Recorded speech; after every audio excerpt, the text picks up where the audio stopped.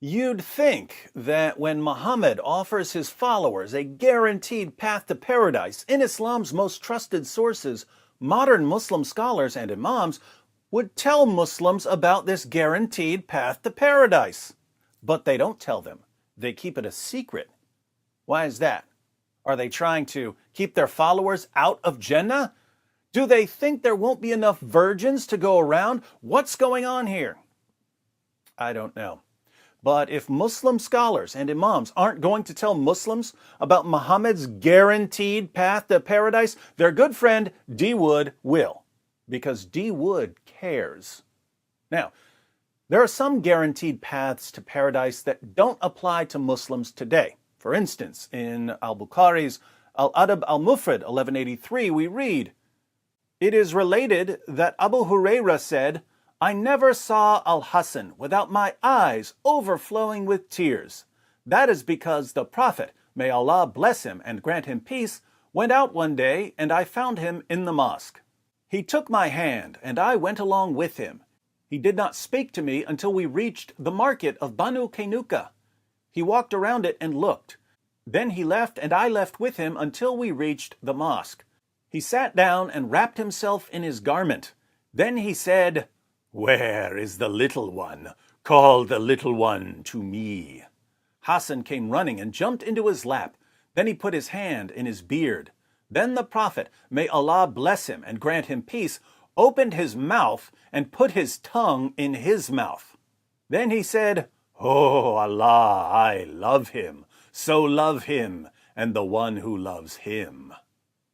According to another hadith, Musnad Ahmed 16,245, Muhammad would suck on the tongues and lips of little boys. But he explained why. He said he guaranteed that if he sucked on a little boy's tongue or lips, that little boy's tongue or lips would never be tormented by hellfire.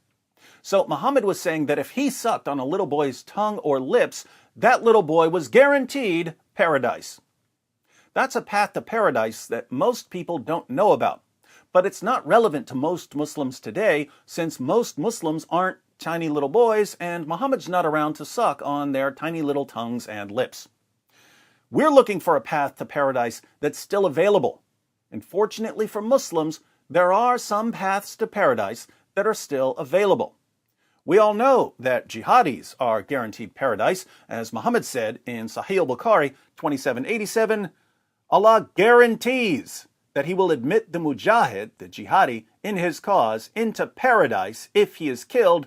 Otherwise, he will return him to his home safely with rewards and war booty. But that's pretty common knowledge. We're looking for a path to paradise that Muslim leaders have kept hidden. Here's one, Sahih al-Bukhari 6807. Narrated Sahal bin Sa'ad, the Prophet said, "Whoever guarantees me the chastity of what is between his legs, i.e. his private parts, and what is between his jaws, i.e. his mouth, his tongue, I guarantee him paradise." The translator tries really hard to make this sound less creepy by adding some clarification in parentheses. He adds the chastity of his private parts and his mouth, his tongue. If we take out these additions, we see what Muhammad actually said. He said, "Whoever guarantees me what is between his legs and what is between his jaws, I guarantee him paradise." Now, this is something that Muslims should take very seriously. After all, their prophet is guaranteeing them a one-way trip to paradise if they simply guarantee him their penises, their testicles, their mouths, their tongues, and perhaps their buttholes. Same general vicinity as the penis and testicles, but on the opposite side. When Muhammad guarantees you a one-way trip to paradise, you should listen if you actually believe he's a prophet. But what does Muhammad mean? Well, there are two ways to interpret this, and they're both really bad. The first way to interpret this would be the sexual interpretation. Muhammad wanted his followers to promise him their private parts for all eternity, and he guaranteed them paradise so that they'd be able to keep their end of the bargain. We wouldn't normally go with such a disgusting interpretation, but when we examine Muhammad's life, there isn't much we'd put past this guy. He was a total pervert. The second way to interpret this hadith would be the shirktastic interpretation. This is the interpretation the translator was trying to present when he added the words, the chastity of. According to this interpretation, Muhammad was telling his followers to guarantee their chastity. But notice, Muhammad didn't say that people who guarantee their private parts to Allah are guaranteed paradise. He said that people who guarantee their private parts to Him are guaranteed paradise. Whoever guarantees me what is between his legs and what is between his jaws, I guarantee him paradise. I thought Muhammad was just a messenger. Why is he telling his followers to promise their penises and testicles and mouths and tongues and, frankly, their buttholes to him rather than to Allah? He's just a messenger, right? You know what we call a messenger today? We call him a mailman. Muhammad is supposed to be a mailman delivering a message from someone else. Imagine a president or a prime minister, let's say the president of the United States, sending you a letter. The mailman brings you the letter. That was his job, getting the letter to you. But suppose the mailman all of a sudden says, hey, if you guarantee your private parts to me, the mailman, I can guarantee you a permanent room at the White House. Wouldn't you start thinking to yourself, wait a minute, you're the mailman. You deliver the message. You don't decide who gets to live in the White House, and it makes no sense to pledge our private parts to you. For someone who claims that Allah has no partner, Muhammad sure does act like he's Allah's partner. You don't promise your private parts to Allah, you promise them to a pervert, Muhammad. And if you promise your privates to a pretend prophet, he guarantees you paradise.